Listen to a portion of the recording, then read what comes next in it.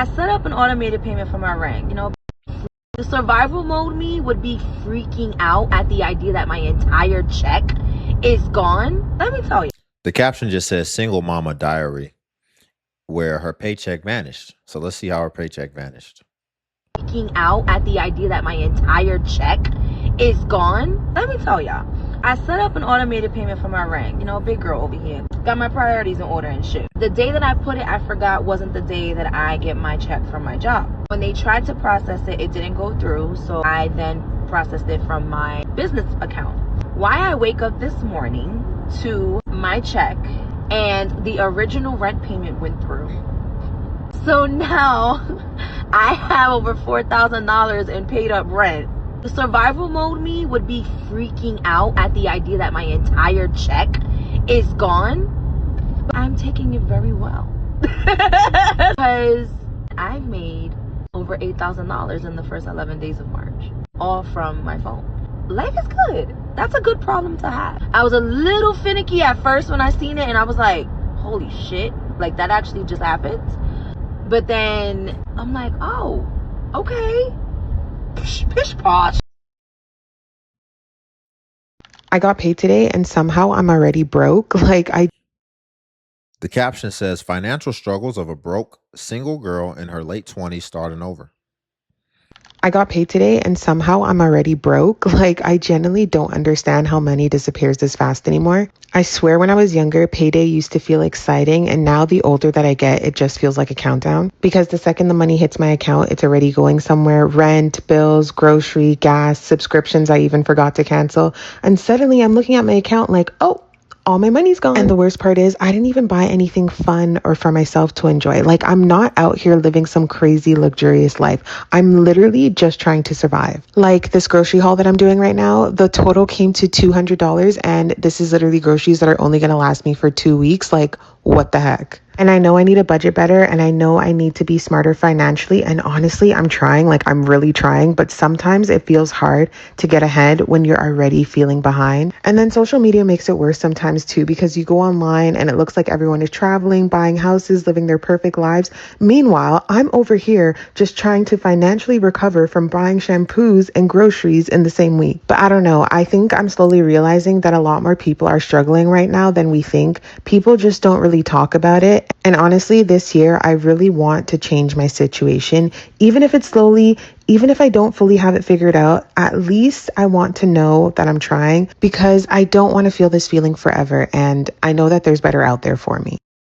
I got paid today and There's better out there for you, but it's a lot of people. She's in her late 20s. It's a lot of people in their 20s, late 20s, early 20s that they're not even thinking about relationships. They're just seeing what everybody else is doing, watching everybody have fun, and they just want to have single fun out here. Because don't let don't let this fool you. She's not bad on the eyes at all. I recently got my big girl corporate job, which She's not bad on the eyes. So but it's a lot of people who just want to live it up in their 20s, like I said. Some people will say that your 20s for women is the prime of your youth, right? Or the prime of your looks or whatever. And so it's like just wanting to do whatever you want out here and have hot girl summer, I guess. But this economy and really just the world in general isn't meant for just people to just be doing it on their own, especially ladies to just be out here on their own. And it doesn't help that y'all are the biggest consumers as well. Y'all consume the most. At least for guys, we can just kind of work on ourselves, even bad economy, good economy. We can just work on ourselves. If we spend money, we can spend it on self-improvement, go to the gym, read books, and just don't do too much. And then for most guys, if they need entertainment, they'll just play their video games. They're good. They don't need to be stimulated. They don't got to go out and spend all this money. Typically, actually, when a guy would start making poor financial decisions, it would be for him to be able to treat a woman for a date and for that type of thing, right? So it's just you're if you're comparing a lot and you're seeing people living it up, you're really only seeing outlier situations online, and as well as you're only seeing what people are allowing you to see. What is clearly in front of you is the bottom line. Either you need to earn an exorbitant amount, which is going to be hard in your 20s because she says she's in her 20s, or you need to have multiple incomes and less overhead, i.e., if you consolidate everything together into one household, then you can achieve that comfortably. Y'all, before we get into the next clips, if you could like the video, I greatly appreciate it. Only takes a second and it actually helps out more than you know. And it's literally just a click. It's literally just a click. So if you're here anyway, then you might as well just click that like button. And then also, if you could hype as well, that would be appreciated. Okay, so I am not a finance creator. I am not a Her caption says, pinching pennies will only get you so far. Figure out how to make more money. finance creator. I am not a finance expert, not a money expert. I don't give out money advice, but I want to say this because I think it's important and I don't see a lot of people talking about it.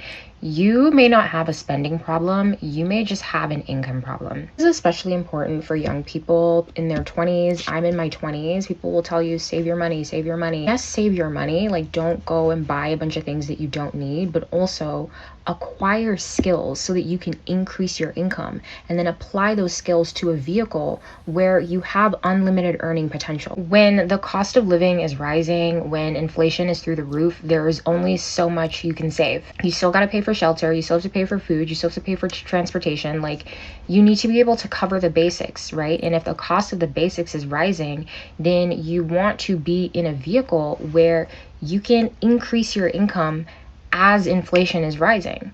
And this is why I've become really big on portfolio careers, because you have so Here's the thing, man. Yes, that is the obvious thing. Increase your income. But what people really just don't address is that's not as easy as it looks. The only way it would be easy and instant is if you're willing to leverage as much of your time as possible and you're just willing to get multiple jobs. And so you're making more money within the time frame allotted. Aside from that, think about it. If a skill is easy to acquire, then would it even really be valuable? People would just be like, you need to get a skill, which I agree.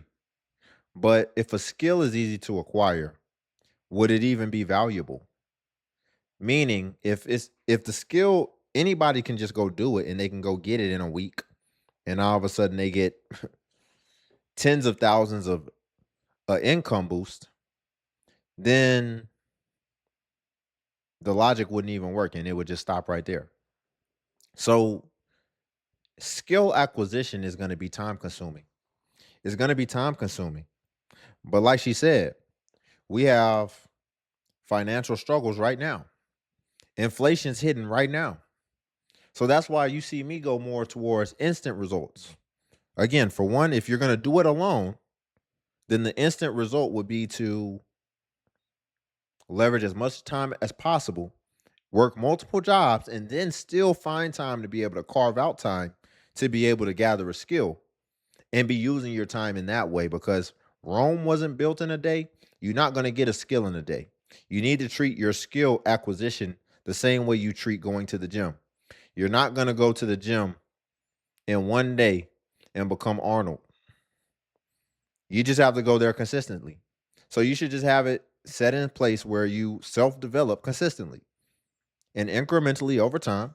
Then that's how you can acquire the skill. But you still need something instant to be able to bridge the gap.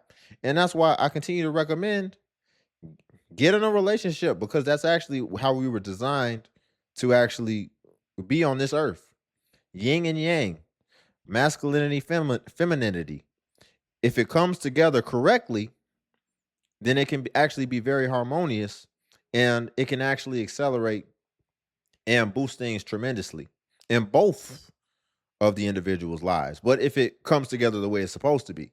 See, now things are so mismatched. You might have a masculine woman and a feminine dude. Whatever the case, things are so out of whack that now it becomes hard for things to come together.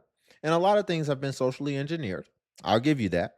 I don't necessarily think it's just or people may assume that it's their own thoughts or whatever the case, but they don't even understand that they've really just been socially brainwashed into the way that they are, and now we're more separated than ever.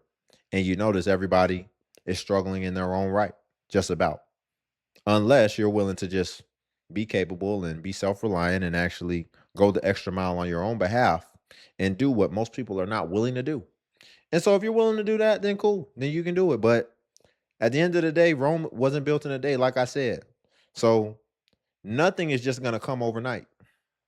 So you're still going to have to sacrifice. You're still going to have to give things up. You're still going to have to go without. And you're going to have to compromise. If you decide to do it alone and you decide that that's going to be your plight, it's still going to be filled with a long period of hardship and suffering. And you're going to have to endure that, get better through that, and make corrections along the way. And then you can find yourself where you need to be. But, I feel like when people just be like, just make more money, it can be kind of cheap. Even if you identify something that's going to make you more money, if it's actually worth its salt, then it's going to take time. If you're well off financially, please shut up. His caption says most people are broke right now. If you're well off financially, please shut up about how you wish you had your time back. I'm not saying that's not something you should focus on. I'm just saying, like, hearing entrepreneurs who are like well off complain about being busy, that's crazy. There's nothing wrong with a busy day. But boy, I be busy as hell.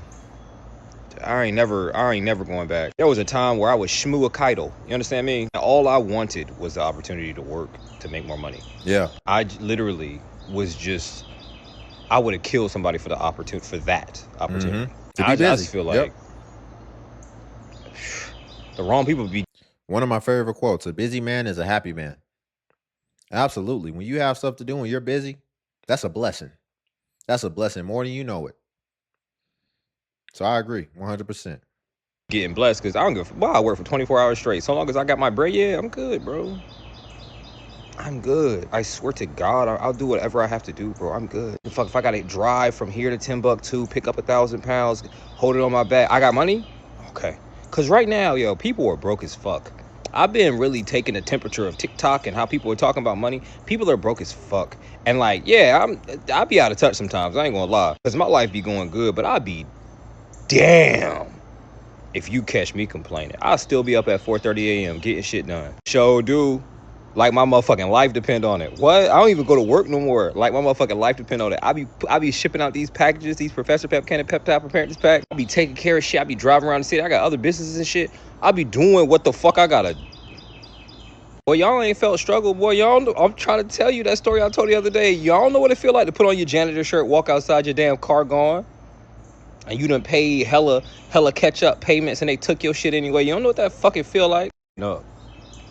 Because y'all know I follow business pages. Like, I follow a lot of business stuff. And I'm a part of a business group. That's what really pissed me off this morning. Somebody who got way more money than me talking about, oh, just so busy. You know what's crazy? Well, aside from Pillsbury Black Boy, he got a bonnet on. But you know what's crazy? The craziest thing is when you're not busy. You got nothing but idle time. And I'm speaking from a man's perspective. You got nothing but idle time. You don't got no motion. That's what the word is now, or the phrase is now. You don't got no motion. You don't got nothing going on. And then you're just wandering the world, a feather in the wind, just blowing around every which way. But you see everybody else busy. And you see everybody else walking with a purpose in their groups, with some business about themselves, with briefcases, moving with a purpose, walking fast. Just everybody else is busy, and then you not busy, and you don't got nothing, and you don't even know what the future holds. You don't even have a plan for your future. You don't even know what you want for your future. Oh man, that'll make you real grateful when you finally get busy. And listen, I done been there, so I know. So that's why I never complain about being busy, about always having things to where it feels like within this lifetime, I'll never have enough time to do it. That's a blessing. That is absolutely a blessing. You see some people complain about work. Oh, I have to work 40 hours. It's so hard. Oh, why do we have to work? Shoo, not man. Have nothing. Have no direction and be directionless and have no motion and see how that feels. Meanwhile, you watching everybody else with ish to do and you don't got nothing to do. Oh, that is a sad existence. I 100% agree with him. I don't agree with that bonnet though. So the chaos begins. I'm so angry. I'm a care coordinator and I help people with their SNAP recertifications, Medicaid, SSI, which was already difficult, but with this bill, it is making it so much harder, more stressful for She got a face tattoo. Y'all see her face tattoo? everyone. Not only do people have to recertify for these things now every 6 months instead of every year because they're hoping that people are going to miss deadlines or mess up paperwork and be dropped, which is exactly what's happening. We are talking about disabled people, people with failing health, people with limited education, some who can't read. And when I tell you the way that they word these questions now, I even sat there today with a client and had to reread multiple pieces of paperwork and questions. Give us one. Give us an example. Since you see it, let us be shocked too if it's really worded so weird. People just want to be able to come on here and just say blanketed things and try to paint a narrative. You have to reapply every 6 months to get free stuff. We're really complaining about applying for something, reapplying for something. What you also seem to miss out on, ma'am, is the fact that, see, it's good for people reapplying because we have a lot of able-bodied people on these things, and we also have people who will reapply as soon as they lose their job. They'll go down there and they'll update the paperwork as soon as they lose their job or lose any type of income in order to enhance the benefits, but are very scarce whenever they're on the program initially and then they get a job. Oh, they drag their feet when it's time to go down there and update them and let them know, oh, I got some income coming in. They'll still keep getting their benefits as if they didn't have a job. And there's all type of other scenarios, other situations that we can go into. Ma'am, this is just applying for something.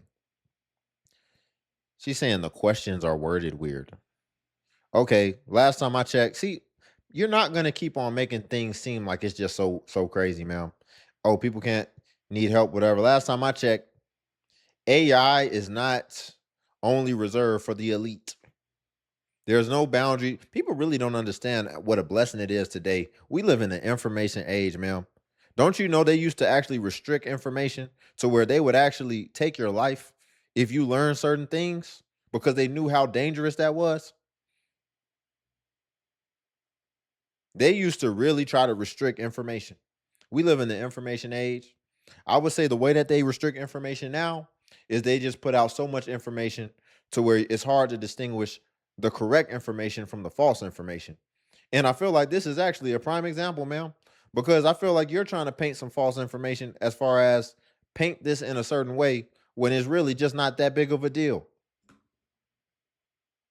And I'm mostly talking about people who are on SSI, disabled, don't have even the work requirement piece. Even when she's talking about the people, when she was saying she brought in all the vulnerable groups that's on government assistance, but yet whenever we react to stuff, it's always able-bodied people, and it's none of these people that she's bringing up in her example. And that's why I mean when people will just paint information one way and actually spread false information. Just give us the whole picture and let us come to our conclusions. Stop trying to influence our thoughts and our opinions. Just give us the whole information and let us disseminate it from there. But a lot of people don't want to do that because they don't want truth to ultimately rise to the surface. Added to it now. This is just the basic recertification process. I've already had people dropped because of it. I've had people whose benefits have been reduced when they shouldn't have, and then you have to go through the whole process of getting it fixed. There are people who are already suffering enough, and now they She brought up all the suffering groups.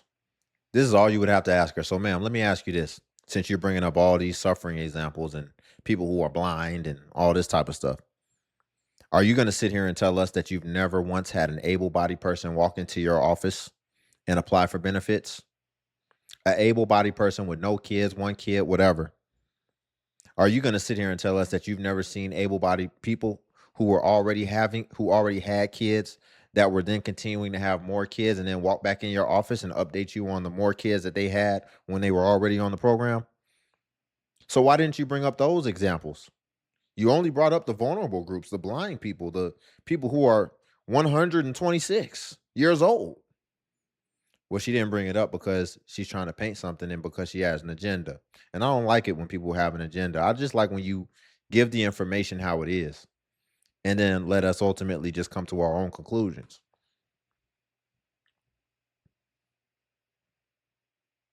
A lot of people are broke And the reason being is because it's a lot of people, it's a lot of younger people, a lot of people who really don't follow this stuff like that. But then they just hear stuff of painted narratives and then they run with it, but they didn't actually get the full context or the objective truth. And so that's how you'll have more and more ignorant. It's just spreading ignorance because you have more and more ignorant people just repeating what they heard from somebody like that, that's super emotional, but who ultimately has biases and an agenda. A lot of people are broke because they The caption says a lot of people are broke because of themselves. a lot of people are broke because they chase a high that they cannot afford. And when I say they chase a high that they cannot afford, I mean they chase a life they literally cannot afford. They want the Benz truck. They literally want the high rise with floor to ceiling windows. They want the crazy trips with the first class flights. They want all of that. But they never put themselves in a position to earn the things that they want. Like they'll literally be working at their shitty ass job, and instead of using the money from their job to actually go invest into something that'll give them a good return for the lifestyle that they want, they rather spend their money on things that don't make sense, like spending money on bags, spending on things that don't come back, spending money on things that do not give a return of a lifestyle that you want. Like, why not use the paychecks from your job to invest into crypto? Use the paychecks from your job to invest into a business. Invest into something that can literally give. I think I was kind of following her a little bit. But then when you're saying use your paychecks to invest in crypto, we got to get away from these get rich quick schemes. I already did a video. I think it's on my members only. Join buttons on the video if you want to become a member. You'll get badges next to your comments, and you'll also get exclusive access to content as well as early access to content. But man, this dude, he lost over $500,000 in crypto. And then it was another example of a black woman, and she lost 40 grand for a crypto scheme. At the end of the day, crypto is not really backed by nothing. It's just an idea. And it's cool, but I want us to get into more less risky thing because it's still like this gambling mindset of go big and try to win big. Nah, just do what do what real people who have financial freedom do. Invest in companies. I'm not a financial advisor or real estate, whatever. Something that's been tried and true and has a long-term track record. And then if you want to take a risky investment, then invest a very small percentage of your portfolio value, maybe 3% in the crypto. If you really want to test that out and see if it's going to become something. But again, this is not financial advice and I'm not a financial advisor. It's just from my personal experience. I'm sorry, but one thing I can't stand to be around, the only type of person is a penny pinching type of person. That one dude who is like, oh, bro, but like you could save money by getting a smaller house. We could save money by getting this car, and instead of spending the money here, putting in S&P 500. I am not no pockets. Like, bro, I am not no penny pinching dude. Don't ever. He talking about people talking about investing. S&P 500 is one of the most popular index funds that there are. It's a collection, diversified index fund, or ETF, also known. A diversified ETF or index fund of the top 500 companies in the U.S. at any given time. And it is actually maintained as well, so it's updated frequently so that it has the, like I said, top 500 companies. Someone's giving him talking about, no, you should invest. He's talking about, I hate penny. He calls that penny pinching. Investing into yourself and into your finances to actually grow money instead of just spending what you make and then having nothing left over after the fact. This dude is wild. I am not no penny pinching dude. Don't ever come around me with that stuff. I'm a spending dude. I got a supercar, glory to God. I got a penthouse. I got a house. The brokest people I know are the main ones who be trying to penny pinch. Oh, bro, I said invest in S&P 500, or you could have, instead of buying that car, put it in the real estate. Why don't you do it then? Because you don't have it. You're trying to tell me what to do with it because you're a penny pinching person, and that's why you're broke. You can't try to get rich if you're penny pinching. It doesn't work like that. You have to be a person who's willing to spend, to make yourself work harder. I'm not saying spend everything in your bank account, but bro, if you have that penny pinching mindset, bro, please do not come around me, bro. I will show you why that is wrong. Every rich person does not pay. Well, here's the thing. He's got his philosophy. It sounds like he likes to work hard, play hard.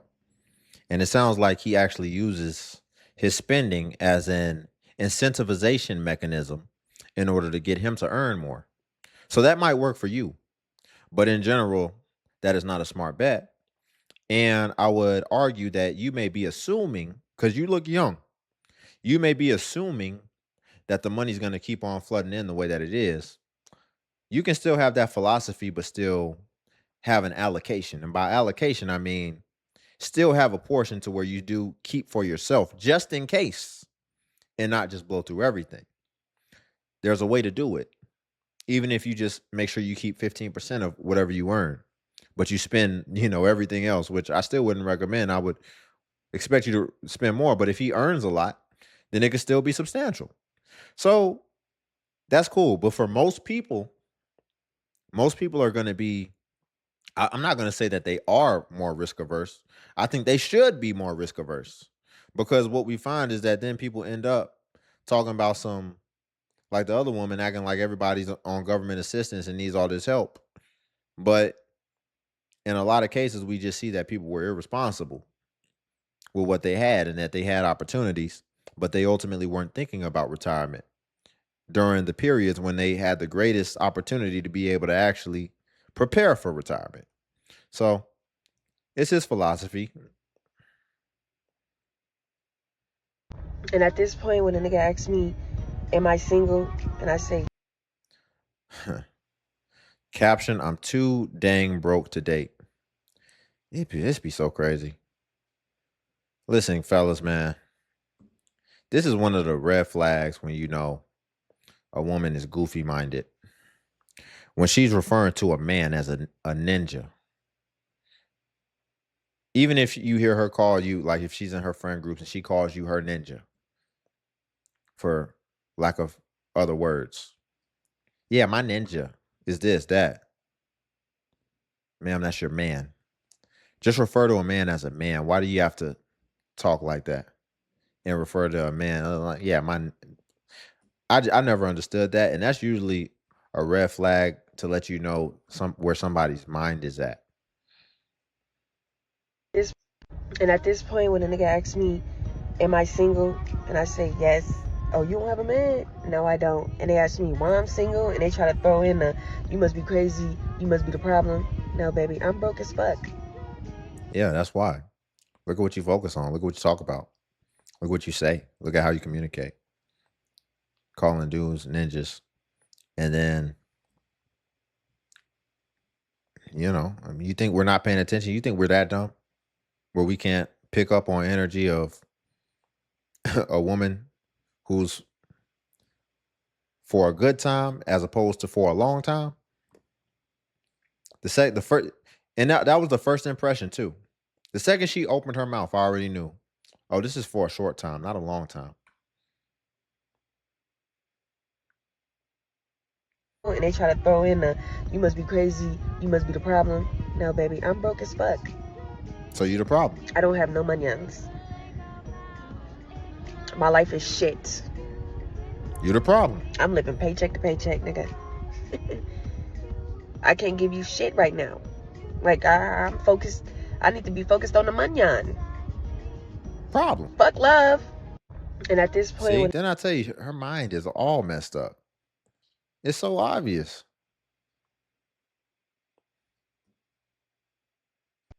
The burnout is real. The burnout is real, and I hate when people eat and make videos. I don't want to do this anymore. The caption says, I'm broke and burned out, have no motivation to continue working. People say they are quitting. I hate when people eat and make videos. I don't want to do this anymore. I don't want to do any of this anymore. What is the point of having a job these days when you still can't afford anything and you're still living paycheck to paycheck? What is the point? I had a company reach out to me, mind you, and said, oh, your resume is impressive, blah, blah, blah. If you're interested, let us know. Shits and giggles, I was like, let's just see what it's about. Their immediate response was, okay, thanks, here's a 45-minute survey questionnaire to fill out. Bitch. Then they had the nerve to text me 2 days later. That is the most, I'm not going to lie. That is the most. From what I've seen and what I've witnessed, a lot of these jobs today are requiring way more initial investment than they should be requiring for a lot of these jobs. It's getting crazy. Who got time to be doing a 45-minute survey for something that is probably a very low probability that you're ultimately going to be able to get it across the line and ultimately get that job? Bitch. I've seen worse then things. Then they had the nerve to text me 2 days later and are like, oh, just want to make sure you received the assessment, blah, blah, blah. And I said, you know what? Thank you, but I am no longer interested. I'm no longer interested. Y'all need help or what? Because all of these games, these 100-round interviews, these 45-minute assessments where they're asking you, do you think that you work better in a team or alone? I do agree with her. But again, for me, I always look at things as how I can flip it in my best interest. I'm an optimistic guy. So sure, it sucks, but it also can be a great thing, because how I look at it when I see or when I hear that jobs are requiring all this extra investment, all this extra friction just in order to even get to an interview, well, then that already lets me know it's going to be people like her that's not going to do it. So those are probably going to be the best opportunities right now in this job market to actually be able to have a chance of actually getting in front of somebody quicker and more reliably. So I will flip it. Sure, it sucks. But then my optimistic brain flips. And then I say, ooh, this is actually a great opportunity, because I've trained my brain to be able to recognize opportunities where I would say, oh, this is a great opportunity for me to actually do what most people probably wouldn't be willing to do. And so let me actually do this quicker, because this will probably get me in front of somebody quicker. That's how I would approach it if I was her and if I was just other people. But, she's going to just squander the opportunity and probably even squander the relationship by then just saying, I'm no longer interested in all this. You didn't have to do that. And so it's going to be hard for you if you're just going to want to do the thing that everyone else is doing, and you want to be on that side, which is the oversaturated side, where you had an opportunity to be able to stand out. What that just means is you need to be a little bit more selective about what you're going after. And then if you're actually being selective about the opportunities, then because you actually chose that company or that corporation as an ideal place that you would like to work, then you wouldn't mind doing it to be able to, one, separate yourself, and then also you'll probably be able to even tailor things further within that entire process to be able to take initiative and to stand out above the other candidates. It would incentivize you to do that. But y'all, we'll leave it there for today. If you could like the video, I greatly appreciate it. Only takes a second, and it actually helps out more than you know. And also, if you could hype the video. Hype is a new feature that YouTube offers where it helps smaller content creators like myself. And basically, when you hype, it actually pushes us to the extent that it pushes the larger content creators. So you just press the hype button and it shows the points. And since I am a smaller creator, a smaller channel, we actually get more points per hype. And hype was designed for smaller channels. So that's why. But if you come across a video and you don't see the hype button, then it's probably been over 7 days, and hype usually vanishes after 7 days. So for that reason, it's usually best practice, if you want to hype, to just go ahead and hype while the iron is hot on a newer video. And then also, if you want to become a member of the channel, join buttons on the video. And what becoming a member of the DXU family will come with is you would get badges next to your comments, where people will see that you are a member whenever you leave a comment, as well as you would get early access to content and also exclusive content that's not available for everyone else on YouTube. So again, if you want to become a member, join buttons on the video. But until then, I'll see you in the next video.